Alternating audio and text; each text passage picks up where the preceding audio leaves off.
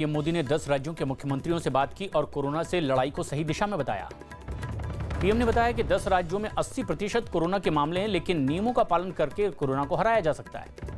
PM Modi ने बताया कि टेस्टिंग की संख्या बढ़ करके अब हर दिन 7 लाख तक पहुंच गई है, जिससे कोरोना रोकने में मदद मिल रही है। घर वापसी के बाद सचिन पायलट ने कहा कि सीएम गहलोत ने कई बार उनकी बातें अनसुनी की, इसलिए उन्हें यह कदम उठाना पड़ा। सचिन पायलट ने कहा कि पार्टी जो भी काम देगी आगे वो करने के लिए तैयार है।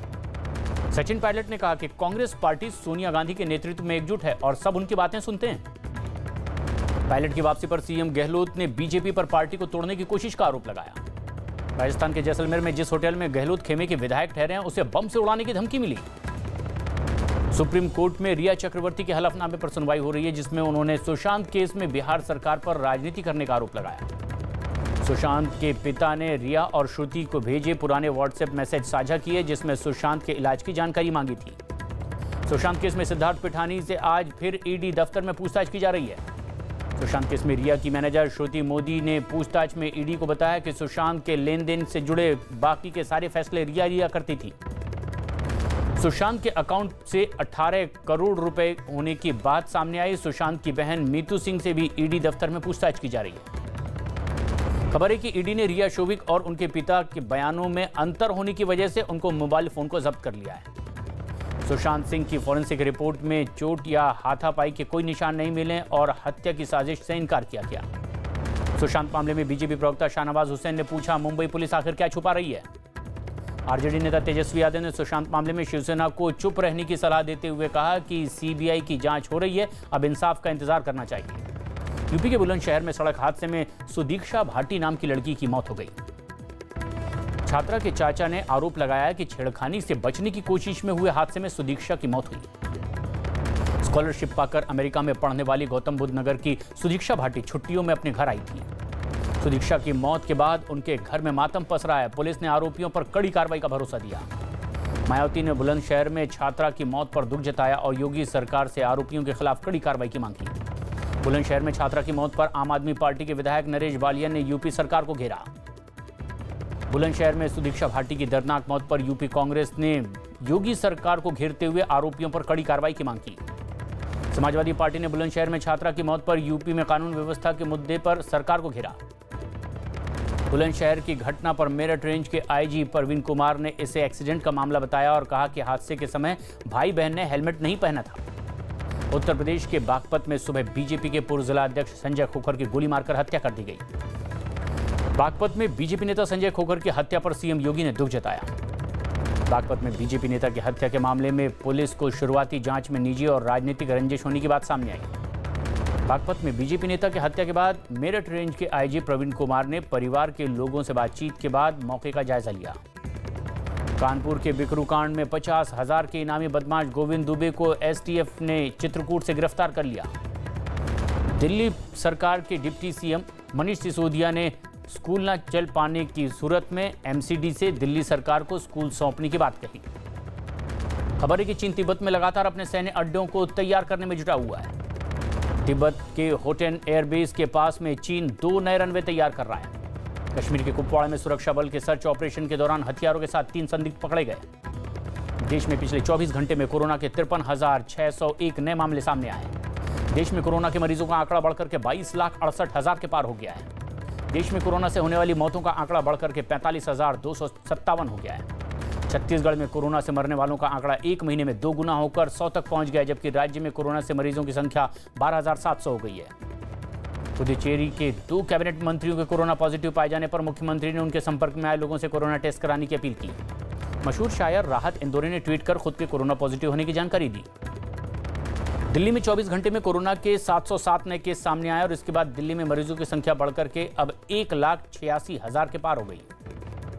पुणे में सीएम इंस्टीट्यूट के दावे के मुताबिक इस साल के आखिर तक कोरोना की वैक्सीन आ जाएगी। हरियाणा के स्वास्थ्य मंत्री अनिल विज के मुताबिक ग्रामीण क्षेत्रों में 500 और शहरी क्षेत्रों में 350 लोगों का सेरो सर्वे के तहत टेस्ट होगा। WHO ने दुनिया में ज्यादातर आबादी के कोरोना की चपेट में आने की चेतावनी जारी की। राष्ट्रपति रामनाथ कोविंद ने बतौर उपराष्ट्रपति 3 साल पूरे करने पर वेंकैया नायडू को बधाई दी। बीजेपी सांसद साक्षी महाराज ने पाकिस्तान से धमकी भरा फोन आने की जानकारी गृह मंत्री को दी और केस दर्ज कराया। दिल्ली के झंडेवालान के मंदिर में राम जन्माष्टमी के त्यौहार मनाने की तैयारियां जोर शोर से चल रही है। बिहार के मुख्यमंत्री नीतीश कुमार ने जन्माष्टमी के त्यौहार पर बधाई दी और सभी से कोरोना से बचकर रहने की अपील की। वृंदावन के इस्कॉन मंदिर में 22 लोगों के कोरोना पॉजिटिव होने पर मंदिर को सील कर दिया गया। लखनऊ के चारबाग रेलवे स्टेशन पर 2 एटीएम में आग लगने से अफरा तफरी मच गई। भारी बारिश की वजह से उत्तराखंड के चमोली में जमीन धंसने से एक दुकान पूरी तरह बर्बाद हो गई। सीएम योगी आज शाम गोरखपुर पहुंचेंगे, जहां वो बाढ़ पीड़ितों को राशन देंगे। यूपी विधानसभा के स्पीकर हृदय नारायण दीक्षित के मुताबिक सोशल डिस्टेंसिंग के नियमों के तहत विधानसभा सत्र शुरू किया जाएगा। यूपी के बरेली में पुलिस ने एक फर्जी कॉल सेंटर पर छापा मारकर बेरोजगारी के ठगी के आरोप में 12 लड़कियों को गिरफ्तार किया है। झारखंड के गुमला में सड़क हादसे में बाइक सवार एक लड़के की मौत हो गई, दूसरे की हालत गंभीर है।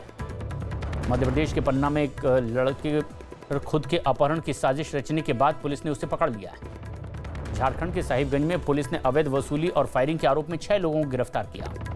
उत्तराखंड के पिथौरागढ़ में भारी बारिश के बाद कैलाश मानसरोवर यात्रा का रास्ता बंद हो गया है। ऋषिकेश में गंगा नदी खतरे के निशान से बेहद करीब पहुंच गई है। मथुरा में जन्माष्टमी पर कई मंदिरों में श्रद्धालुओं के लिए ऑनलाइन दर्शन का इंतजाम किया गया। लखनऊ में जन्माष्टमी के मौके पर पुलिस को हाई अलर्ट पर रखा गया है। ड्रोन के जरिए निगरानी रखी जा रही है। दिल्ली के आर्मी अस्पताल में पूर्व राष्ट्रपति प्रणब मुखर्जी की ब्रेन की सर्जरी हुई, उसके बाद उन्हें वेंटिलेटर पर रखा गया। असम के डीजीपी भास्कर ज्योति महंता को कोरोना हो गया है। दिल्ली सरकार कोरोना की वजह से 15 अगस्त का कार्यक्रम छत्रसाल स्टेडियम की जगह इस साल सचिवालय में ही करेगी। स्वतंत्रता दिवस पर सुरक्षा के मद्देनजर दिल्ली की तमाम सड़कों पर पुलिस ने वाहनों की चेकिंग तेज कर दी है। यूपी के सीएम योगी आदित्यनाथ ने ट्वीट करके जन्माष्टमी के त्यौहार की देशवासियों को शुभकामनाएं दी। जस्टिस अरुण मिश्रा की अगुवाई वाली बेंच ने फैसला दिया है कि हिंदू महिलाओं को अपने पिता की प्रॉपर्टी में भाई के बराबर ही हिस्सा मिलेगा। कर्नाटक के बेलगावी में हिडकल डैम में सभी 10 गेट खोलकर के 10,000 क्यूसेक पानी छोड़ा गया। गुजरात के भुज में प्रशासन ने पूजा के लिए लाउड स्पीकर के इस्तेमाल की मांग ठुकरा दी और दलील दी कि इसके इस्तेमाल से कोरोना फैलता है। बारामूला में बीएसएफ के कांस्टेबल अजय कुमार ने पुलिस वालों की मदद से एक बच्चे को डूबने से बचाया। भारी बारिश और बाढ़ की वजह से केरल के कोट्टयम में जेट्टी नाव की सेवाओं पर रोक लगा दी गई। दुनिया भर से पिछले 7 दिनों में आए कोरोना के आंकड़ों में सबसे ज्यादा मरीज भारत से सामने आए। केरल के इडुक्की में जमीन खिसकने से हुए हादसे में मरने वालों की संख्या बढ़कर के 52 तक पहुंच गई। ब्राजील के अमेज़न के जंगलों में भड़की आग अब शहरी इलाकों को भी अपनी चपेट में ले रहा है। अमेरिका में व्हाइट हाउस के बाहर गोलीबारी के बाद राष्ट्रपति ट्रंप को प्रेस कॉन्फ्रेंस बीच में रोकनी पड़ी। श्रीलंका में करीब 4 महीने के बाद दोबारा स्कूल खोल दिए गए। अमेरिका में FIA यानी कि फेडरेशन ऑफ इंडिया एसोसिएशन ने बताया कि 15 अगस्त को न्यूयॉर्क में टाइम्स स्क्वायर पर तिरंगा फहराया जाएगा। जनता में भड़के गुस्से और प्रदर्शन की वजह से लेबनान में प्रधानमंत्री के साथ पूरे मंत्रिमंडल ने इस्तीफा दिया। नवाज शरीफ की बेटी मरियम नवाज शरीफ ने ट्विटर पर एक वीडियो शेयर करते हुए पुलिस पर जानलेवा हमले के आरोप लगाए।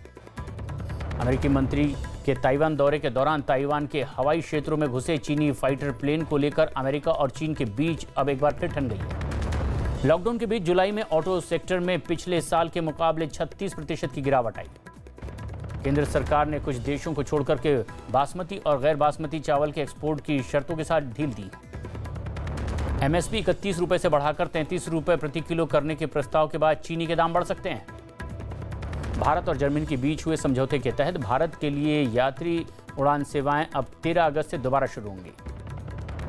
न्यूजीलैंड क्रिकेट बोर्ड ने कहा है कि कोरोना महामारी के बावजूद पाकिस्तान, ऑस्ट्रेलिया, बांग्लादेश और वेस्टइंडीज की क्रिकेट टीमें न्यूजीलैंड का दौरा करेंगी। केंद्र आधिकारिक तौर पर BCCI को दुबई में IPL करवाने की मंजूरी दी। BCCI ने कोरोना संकट में IPL 2021 के लिए नीलामी का कार्यक्रम फिलहाल टाल दिया है। पाकिस्तानी क्रिकेटर दानिश कनेरिया ने मौका मिलने पर अयोध्या आने की इच्छा जताई। बांग्लादेश की महिला क्रिकेट टीम ने 3 अलग अलग जगहों पर अभ्यास शुरू कर दिया है। 37 साल के इंग्लैंड के तेज गेंदबाज जेम्स एंडरसन ने फिलहाल संन्यास लेने से इनकार किया और अगले साल एशेज सीरीज खेलने की भी इच्छा जताई। इसी महीने शुरू हो रहे Caribbean premiere league T20 tournament में दर्शकों के आने की इजाजत नहीं मिली।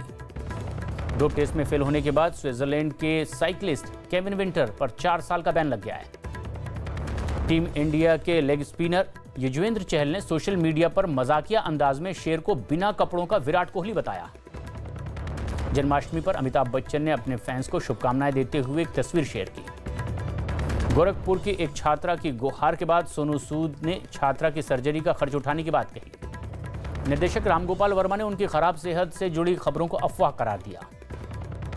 नवाजुद्दीन सिद्दीकी फिल्म जोगिरा सारारारा में नेहा शर्मा के साथ काम करेंगे, जिसकी शूटिंग अगले साल लखनऊ और वाराणसी में होगी। मुंबई में अभिनेत्री नताशा सूरी कोरोना पॉजिटिव पाई गई, जिसके बाद उनके परिवार का भी टेस्ट करवाया गया। मुंबई के वर्सोवा थाने में अभिनेता सूरज पंचोली ने एक शिकायत दर्ज करवाई, जिसमें उन्होंने सुशांत और दिशा केस में बेवजह उन्हें बदनाम करने का आरोप लगाया।